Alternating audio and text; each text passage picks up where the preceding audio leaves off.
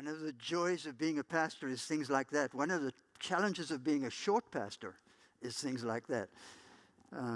He's 6'3", so baptizing him was an interesting experience last night. But at least the water was warm, right, Thomas? So good morning.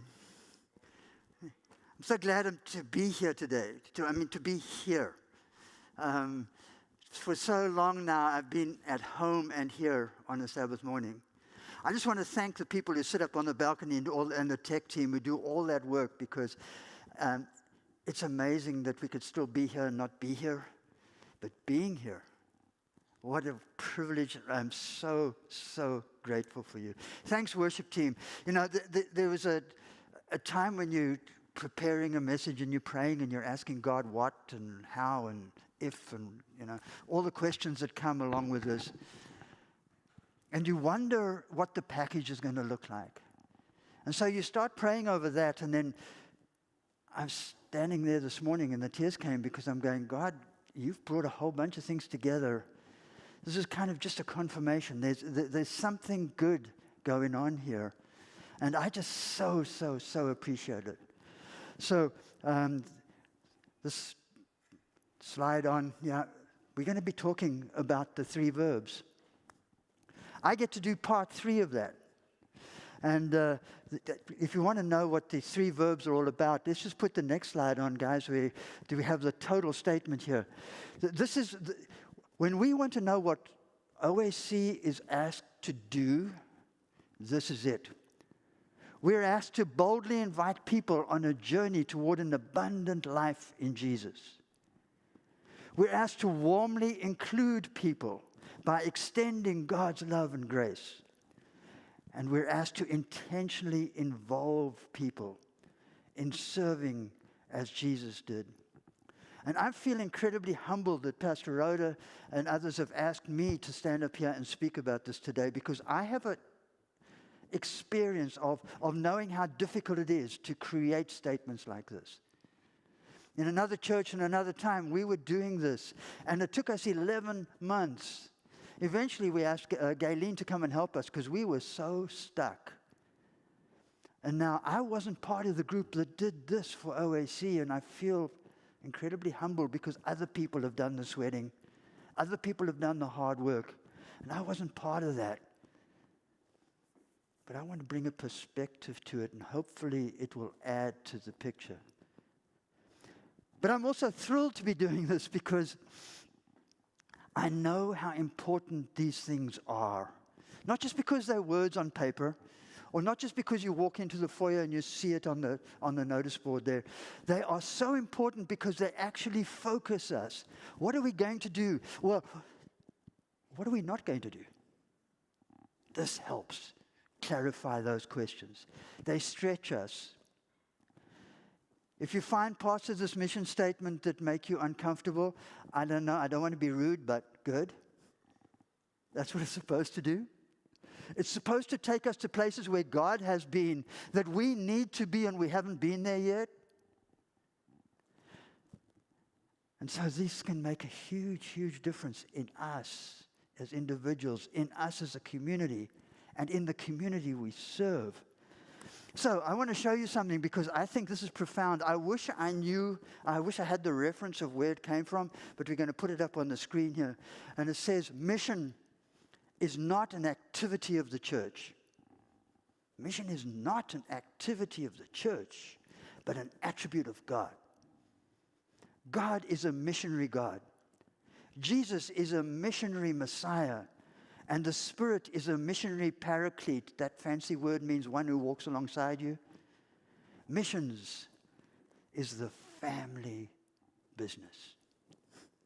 So, welcome to the family business. This is just amazing and phenomenal and just a privilege to be part of.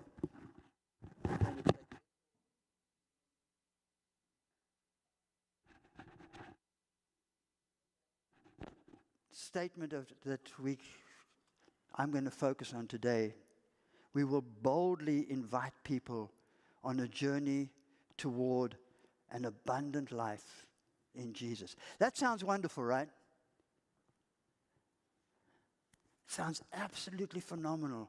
But I'm sure that there's at least one or two people going, yeah, but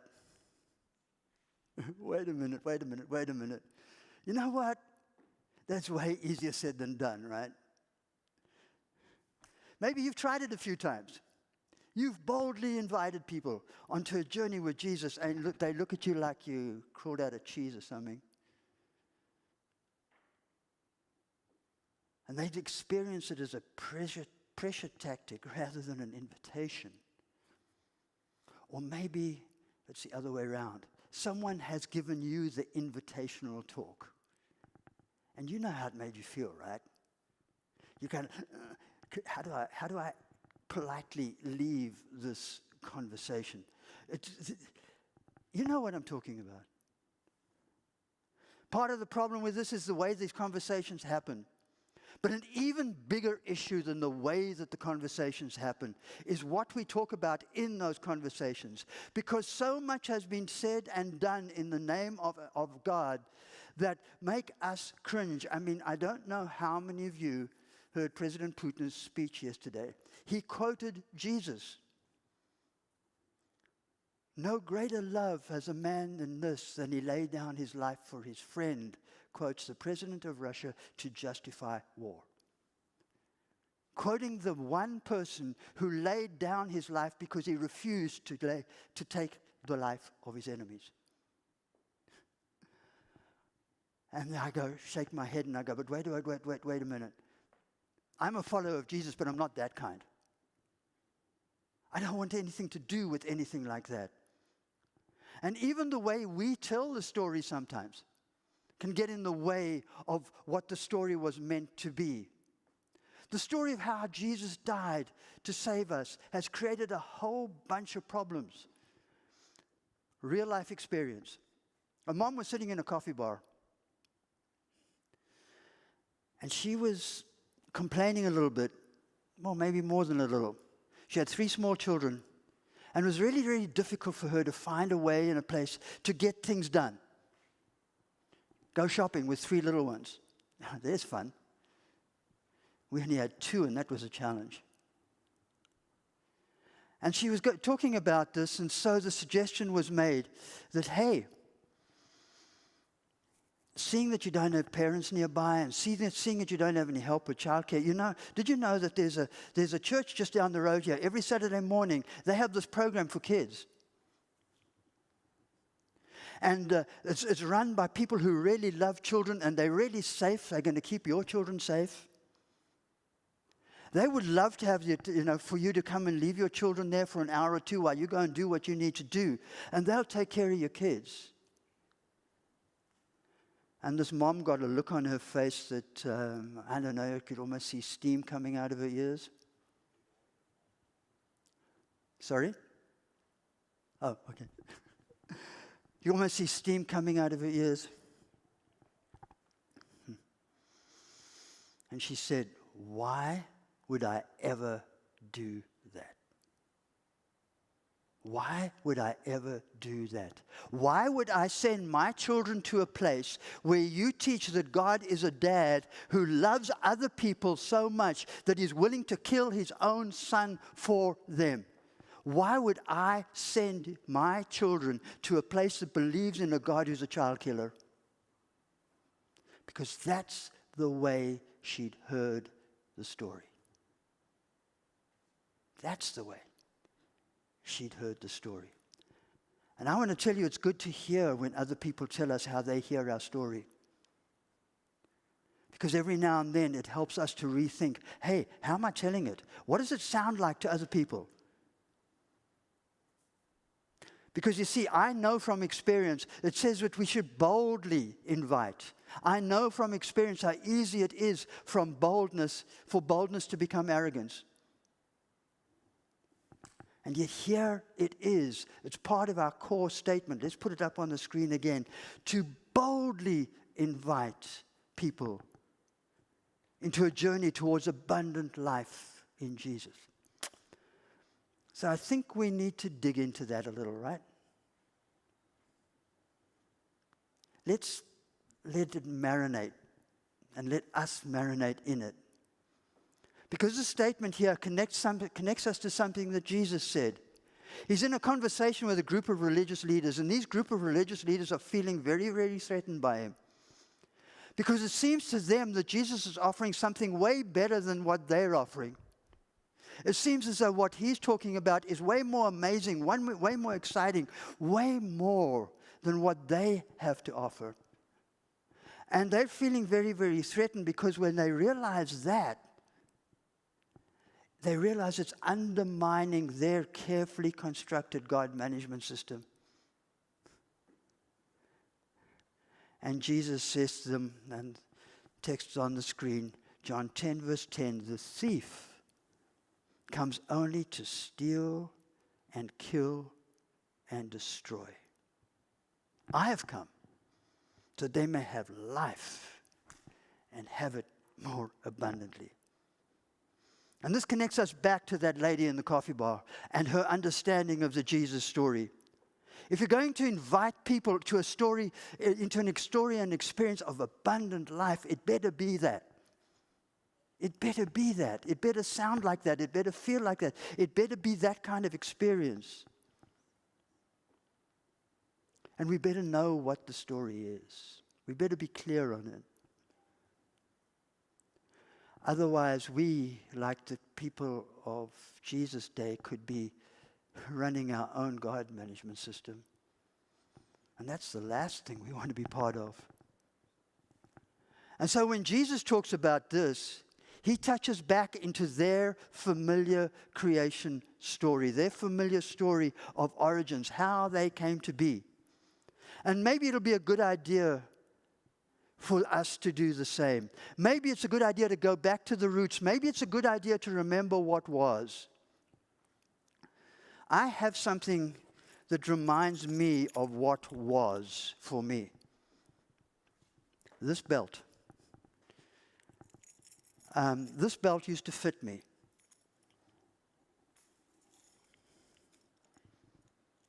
That used to fit me. I used to weigh over 200 pounds. And every time I take this out and remind myself, because to make sure I don't, I walk a minimum of 8 kilometers a day. And every time I feel like eating another plateful, and every time I feel like eating that kind of food and that kind of food, I take that belt out because it's good to go back and remember what was. But I'm using that in a negative sense. But what if going back to remember what was is actually something profound and beautiful and amazing, even more amazing than we can imagine?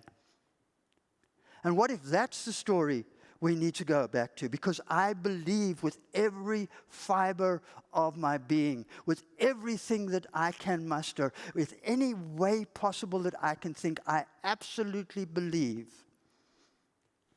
that the story of God is way better than we have ever imagined. The story of God is way better than we have ever imagined. And as we go on this journey towards abundant life together with the people around us, we will discover more and more beauty and awe and wonder, and the story gets better and better and better. Confession time, though. I've discovered that my understanding of the good news needs to grow and change too. My understanding of the good news is too small, too narrow. Very often isn't good news to the people I'm talking to. Very often isn't good news to the people I care about. And that disturbs me. Until I realize that my understanding of the good news and the good news may not be the same thing. My understanding is an inadequate interpretation, always, of the good news about God. But my understanding isn't the good news. So I need to hold my understanding with open hands and say, God, give me more. Give me more. Give me more. All to Jesus, I surrender. Give me more. Help me see more. Help me know more. Help me get just how much you love us. So I want to go back and follow Jesus' cue and go back to the original story, the beginning of the story, because Genesis simply means beginnings. It's originally written to a group of people who've just spent a few hundred years under the dominion and domination of a foreign power. And now they're coming out of that. They were in a place where they had no say. They were in a place where they had no dignity. They were in a place where the gods that they experienced were power-mongering, manipulative, violent, and uncaring. Sounds something like that mom in the coffee house's idea of God with the God we worship, right? They've come out of that now. And they've got all kinds of questions. Who are we? Why are we here?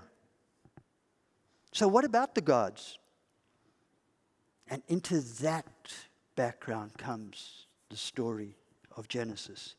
It speaks through deep, multi-layered poetry and wild, ancient stories. The poetry and stories of Genesis reveal deep truths that can help us be more fully alive today. The questions Genesis is answering and processing are our questions. Why am I here? Who am I? And what about God anyway? And the poetry and the stories dare to proclaim that the universe is God's self-expression, God's speech act. It's a love story, and the romance of the Creator and the creation far more wonderful and profound than anyone can ever capture in words, and yet we have to try. Because it's almost impossible to read that story. It's almost impossible to think about it and say, all right, what's for lunch? It's way better than that. I mean, how can we not celebrate the greatest gift of all? How can we not celebrate life? How can we not celebrate life if it's abundant?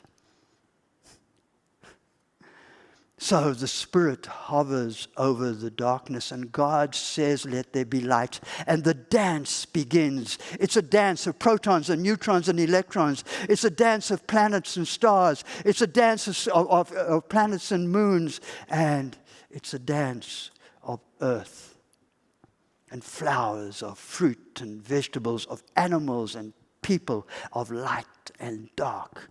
And some theologians see God as a dancer. And I think they're onto something. Father, Son, Spirit dancing together and enjoying as they create. And I can just see them going, check that out, look at that, look at that, look at that. I can just imagine the absolute excitement and passion of the creative three.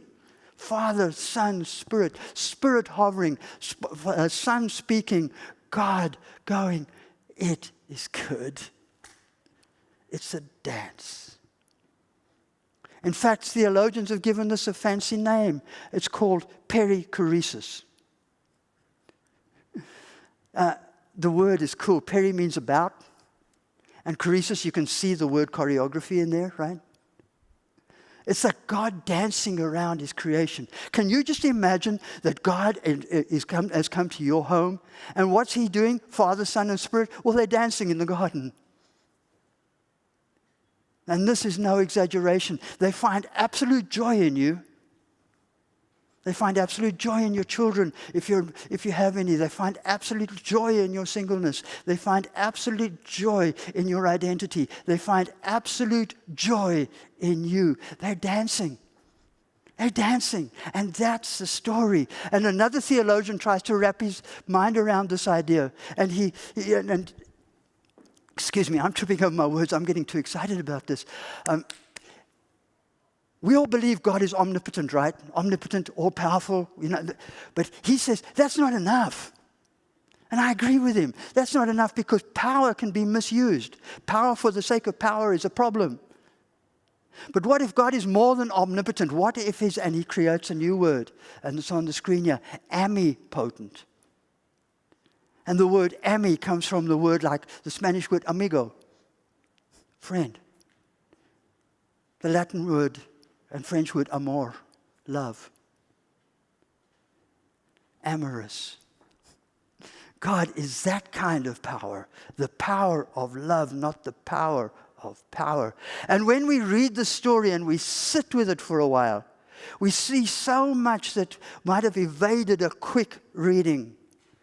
Because the dancer God creates beauty. Why? For the sake of beauty. I was driving in, I live out in the country, in Aldergrove. And I was driving in this morning, raining where we live. And as I'm coming in, the sky's getting bluer and bluer and bluer, and the clouds. And the picture just... turned my radio off. I had worship music playing my radio. I didn't need that. The dance of God was happening in front of my eyes. And there's the story. He creates beauty for the sake of beauty. And then he goes, you know what? Gray, everything. Oh, no, he doesn't. Diversity, everything. God loves difference. Oh, if only we could learn to love difference the way our God does. God loves diversity, and he does it with artistry. He makes a platypus and a rhinoceros. He makes a hippopotamus. It's an animal who walks underwater. It's a river cow. And he does all of this with such incredible passion. And there are other words in the story. There are words like dominion in Genesis 1, verse 26, where he says he's given you and me dominion over the planet. And that word contains ideas like stewardship and participation and celebrating the physicality of things. Everything is in its proper place. So the dancer God is also an architect, a mathematician, and a project manager. And not only that, but this dancer God can dance and do philosophy at the same time, because he speaks to things like ontology and epistemology and the existential reality of things. And he speaks to all that, and it's all in the story. And we read it and we argue about what happened on which day. And then, the story contains an absolutely revolutionary idea that's so easy for you and me to miss. The word is shalem. You might have heard of shalom, but shalem means image. And we read this so easily and theorize about what the image of God could be, and I believe we partly miss the point. Because every other culture up until this point had talked about the image of God, the image of the gods, and that image was only reserved for royalty, for kings and queens and rulers. And here in this story, that image is given to a naked man and a woman, hunter-gatherers, if you like, sitting in a garden. In other words, it's given to everybody. So treat yourself as royalty, if you will, because that's who you are. So this story is about the God who includes and involves everybody. There is a space for everyone because the image of God is present in everyone. Just turn around, look at the person next to you. Image of God. Image of God.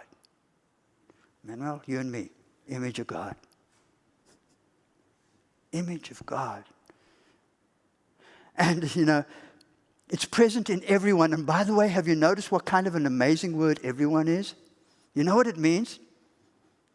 Everyone.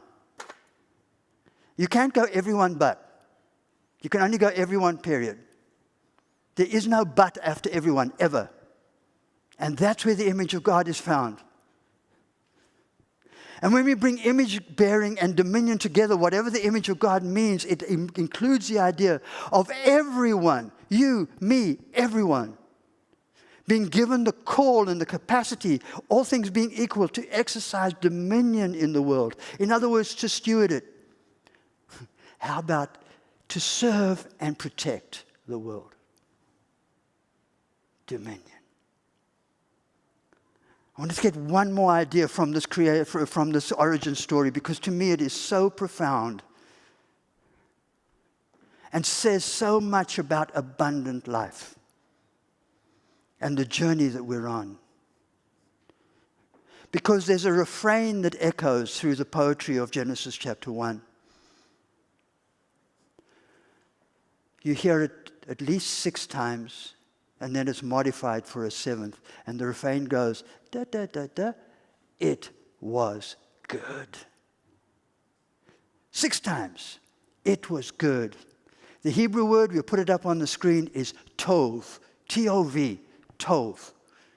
And here's the thing about tov. When God says the tree, it was good, He's not talking about the goodness of the tree. He's talking about the goodness of the tree compared to that person, compared to that flower, because tov doesn't exist in things. Tov exists between them. Tov is all about relationships. Tov is all about connectedness. When God says it is good, He's looking at the whole system. He's looking at everything He's done and looking how it complements and affirms each other and says, Tov, Tov. Tov is goodness that exists between things. It's ethical. It's not about being perfect.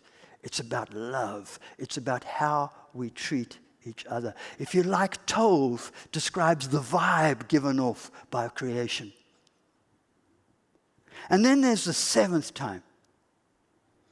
And God changes things up and says, it's very good. Tov meod. Radically good. Forcefully good. Now listen. How about abundantly good? And now you see the connection between our mission statement and the story of Genesis. You see, the best thing in Genesis is not simply human beings, but the whole of creation working together, considered and enjoyed together as a beautiful, integrated whole. And we are a part of that. The poetry of Genesis describes this very goodness that comes at the end of the process when all the parts, including us, are working together as one whole. Medical people call this homeostasis. That harmonious whole is so good. You know what the Creator does with it? He takes a day off to enjoy it. That's how good it is. And that day of restful enjoyment tells us that the purpose of existence isn't money or power or fame or more. The Tov Meod creation is a journey toward love. And dare I say that when we invite people into this journey, we're inviting them towards a journey towards love. So that's how things are on the first page. But the good thing about origin stories is that they are very, very good at describing an ideal. They paint this beautiful picture, but they also describe reality. And the way they describe reality in this story is they use 2 trees. 2 trees. And those 2 trees, whenever I have this conversation with people who perhaps are still discovering faith or discovering the Bible, they start, 2 trees can you be serious? Is that the best God's got? Well, actually, just hang in there a while and maybe you'll see it. How can 2 trees be in the center? Because the Bible says they're both in the center, because that's mathematically impossible, right? Really? Trees? Fruit? So what kind of fruit? Oh, talk about exercises and missing the point. So how about this? Both trees are in the middle, and because they're central to the theme of the story. The tree of life. Let's make this one the tree of life. The tree of life, I suggest, could also be called the tree of Tov Meod. The tree when everything is working in perfect harmony. And you get to taste the fruit of perfect harmony. How cool would that be to eat that fruit? I don't know. You try and decide what kind of fruit it is. But the fruit of perfect harmony. That's the tree where everything is working well, working together, participating in abundant life. And as we move towards it, we get to participate in a journey that is heading somewhere. Because if we lived in the shade of this tree all the time, then we could rip out Genesis 3 to Revelation 20 out of our Bibles, and we'd go straight from a garden to a city, because I believe that was always God's plan.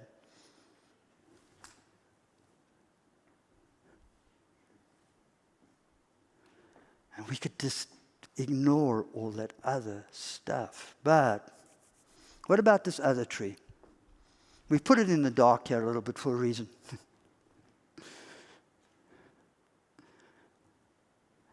Remember what it's called?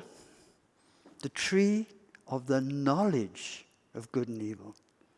I've asked a number of people like you who read your Bible and they go, what's it? That second tree, oh, it's the tree of good and evil. No, it's not. It's the tree of the knowledge of good and evil. There are so many ways to understand what that may mean, but I want to suggest this. The second tree could represent the desire for us to be able to judge what's good and evil. For us to decide what's good and evil. When God has declared it all good, then we come along and go, we don't like that. We want to do it our way. And God's judging is always wise and fair and true and merciful and restorative. Our judging, and I guess I'm not just speaking for myself, is frequently ignorant, biased, retaliatory, devaluing. So when we judge, we inevitably misjudge. So another time for true confession, and maybe you can relate. I get and love the idea of the tree of Tov Mayod. I love this. I've tasted it sometimes. I'm sure you have too. I've tasted that goodness in all kinds of ways and in all kinds of places, and many of them have totally surprised me, and a lot of them had nothing to do with being in church.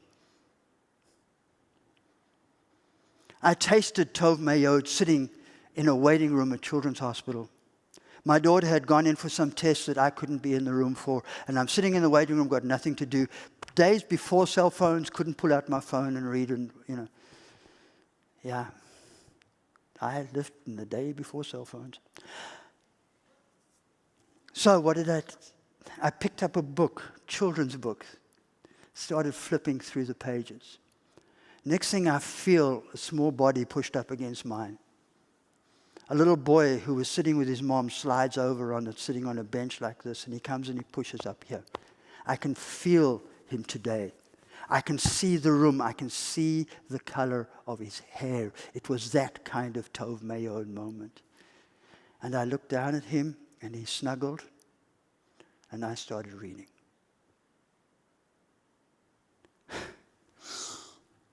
And his mom apologized. And I said, don't apologize, please. You have no idea what your boy's giving me. You have no idea. Because I'd gone in there as a parent, desperate. This is yet one more test out of 50 million. And I couldn't go in and I couldn't be with my daughter. And this little boy comes and he gives, and she said, and afterwards, she said to me, you don't know what you gave to him. I said, that's the way this goodness of God works. You get to give a little bit, and guess what? You get that back at the same time. Tov Mayod, the tree of life. Just this last week, had a Tov Mayod experience. Watching the news, as I'm sure many of you have, watching what's going on in the Ukraine, and there's a picture of a bomb shelter. And there's a story that you hear a little girl, 9, 10, starts singing. And she starts singing Let It Go from Frozen. And I was a basket case. If you don't know the words to the song, go look it up, go listen to the song this afternoon. I was an absolute basket case. And this was a Tov Mayod moment in the middle of a war. And it had nothing to do with godly talk, but it had everything to do with life. I made very, very good friends with the leader of the mosque, the Masjid on Canada Way in Burnaby. He and I became very close. My daughter eventually did some editing work for his wife. And one day he calls me, he says, Colin, I got someone I know you want to meet. He's just recently arrived from Afghanistan. He has a doctorate, he has a PhD in Sharia law. And I know the two of you are going to get on like a house on fire. And I'm going, oh, really? And so we met. And he had an idea of Jesus, not the same as mine. For him, the prophet was speaking. And Jesus was a prophet like the prophet. But we were able to have a conversation. And he spoke to me about his understanding of Sharia law, which was so different and radical that he had to leave Afghanistan because he was experiencing persecution from people of his own faith. But I could express my faith strongly to him, but my faith could be benevolent towards him, and he could express his to me, and his was benevolent towards me. And you can have a strong and benevolent faith. You don't have to be arrogant. And that was the day of the Boston bombing. And I looked at him as we met at Metrotown in the food court, and the scenes came up on the TV, and we both looked up, and I said, how are you getting home? He said, on the bus. I said, no, you're not. Because I knew what his bus ride would be like.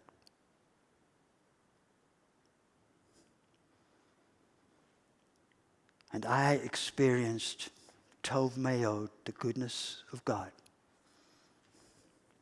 from a Muslim man. And just this last week again, Mary and I have a favorite chai restaurant in Abbotsford. If you want to know, I'll give it to you, but I don't think this is a good place to be advertising.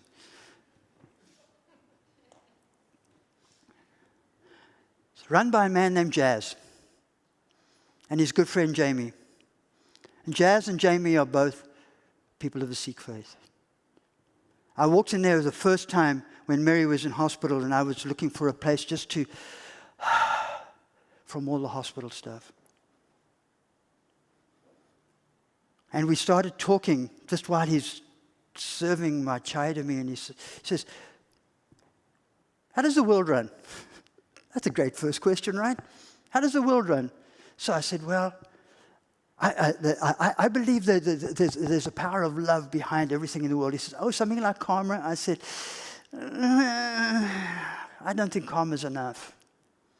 He says, I think we've got to talk. But it didn't work that day. And I went back and I went back and I went back, and we've sat for hours and talked. And he now shares his dream with me. He has an understanding of Jesus. Jesus is the source of wisdom for him. But together, when the two of us are sitting together, we're sitting under the tree of life, and it's Tov Mayod.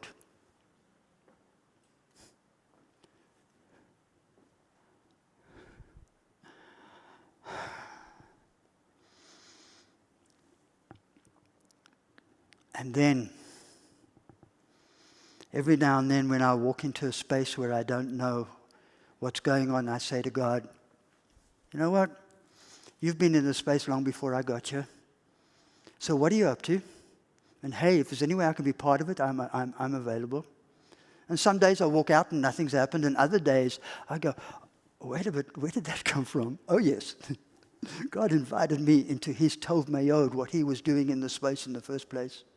Because this is still our Father's world, as messed up as it is.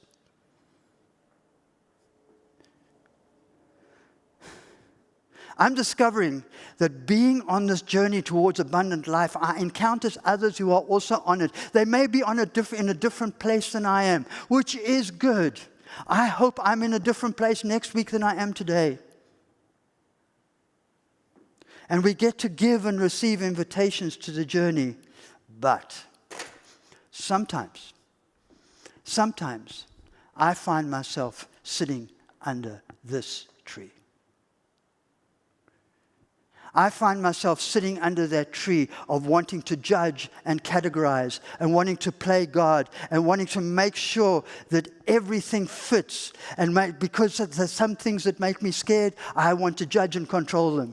I don't know if you know what I'm talking about. And in Genesis chapter 3, God describes what happens if we spend too much time sitting under this tree. He realizes that something terrible has happened, and so he goes for a walk in the garden. And the way the story is told, he walks through the garden going, "Where are you? Where are you?" Because he's a missional God. And a pretty intense conversation happens. And the conversation ends up with people blaming, and even God getting some of the blame. And people get defensive, because that's what happens under this tree. And God says, "Do you see what's going on here? Go and read it again and see if you see what I see in the story." God says, "Remember Tov Mayod. Remember your relationship with me. Remember your relationship with each other. Remember your relationship with yourself. Remember your relationship with the whole of creation and the systems that make it work. Remember all that? Sitting under this tree, all that gets broken." That's what happens here. All of that gets broken. And as you read the rest of the Bible, it's story after story after story of God trying to get people to come from that tree back to that one. And this is where Jesus comes into the story. Because the missional God steps into the middle of the brokenness. He is not the God who stands out there and goes, "You're broken, you're broken, you're broken, you're broken." He's not the judge of the world. He steps into it.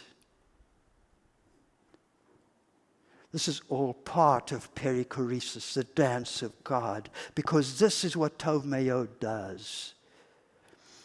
You've been to sports events, or maybe you've seen it on TV, and there's sure to be someone holding up a placard, and what does it say on it? John 3:16, right? John 3:16. "For God so loved the world that he gave his only Son, so that everyone who believes in him may not perish but have eternal life."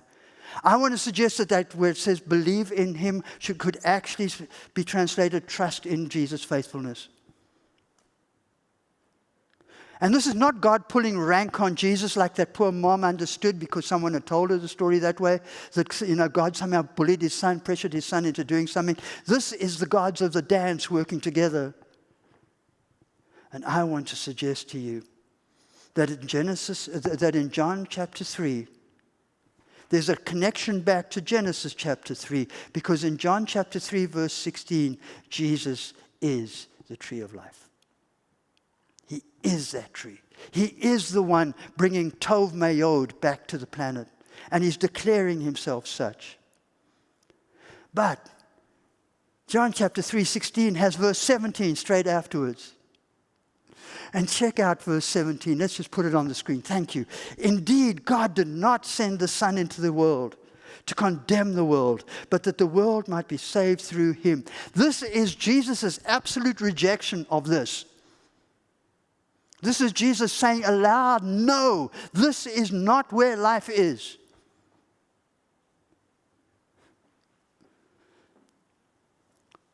He's dismantling the systems that reflects. He's pulling apart all that is broken and putting it back together, Tov Mayod. That's what Jesus is doing. That's the journey towards abundance, and that's what we're invited into. Can you see now? And honestly, I need another hour, but can you see how much bigger the story is than perhaps we thought walking in here this morning? Can you see that how much bigger the conversations, the bold conversations need to be than simply, well, do you know you're a horrible sinner, but don't worry, God loves you anyway? That's not the conversation. That's not the invitation. The invitation is to Tov Mayod. The invitation is to come back to health and wholeness. The invitation is to experience the beauty, the joy, the absolute passion of the Father as He loves you. What Jesus is doing is way bigger than replacing one religion with another. It's not about the quality and quantity of life itself. And He speaks words of Tov Mayod. He says, love God, love your neighbor, love your enemy. All restoring that harmony again. And He lives Tov Mayod. Right down to choosing to die for those who perceive Him to be their enemy rather than doing them harm. This is Tov Mayod. This is the dance of God. It's a journey towards loving well. This is the journey we invite each other into. And honestly, I spend a lot of my time in chai restaurants and coffee houses, just hanging out with people and seeing what God helps happen. And having this conversation with people, they go, why? I thought it was all about joining a church. Well, that's part of it, but that's not it. It's bigger than that. Way bigger than that.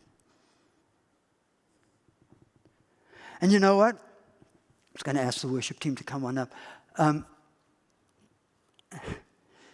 The people who crafted your documents, the people who crafted the words of the documents, actually got this in a profound way. Because our mission statement is to do the 3 verbs. But have you noticed the vision statement of Oak Ridge? We'll put it up on the screen. To be a welcoming community. To be a welcoming community where the transformative love of Jesus is experienced freely by all. Imagine a place where no matter who walks in the door, the first thing they're confronted with is Tov Mayod.